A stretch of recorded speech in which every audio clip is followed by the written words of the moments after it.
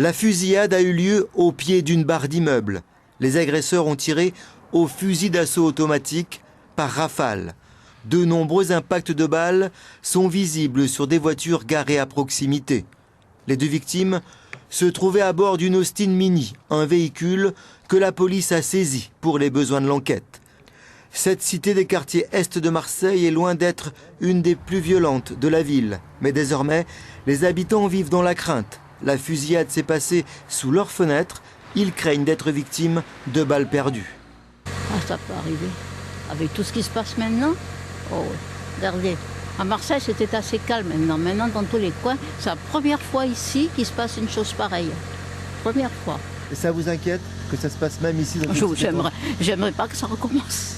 Hier, j'ai vu un collègue, il était passé 5 minutes avant, mais il se serait pris la balle. Grave quand même. Les victimes âgées de 18 et 23 ans ont été hospitalisées. L'une d'entre elles a dû être opérée dans la nuit à l'hôpital de la Conception. Leurs jours ne sont plus en danger. Toutes les deux sont connues des services de police pour des délits mineurs. Ont-elles voulu se lancer dans le trafic de stupéfiants ? Selon certains témoignages, les agresseurs sont venus d'une cité voisine. À Marseille, on compte une trentaine de règlements de compte depuis le début de l'année. 14 ont été mortels.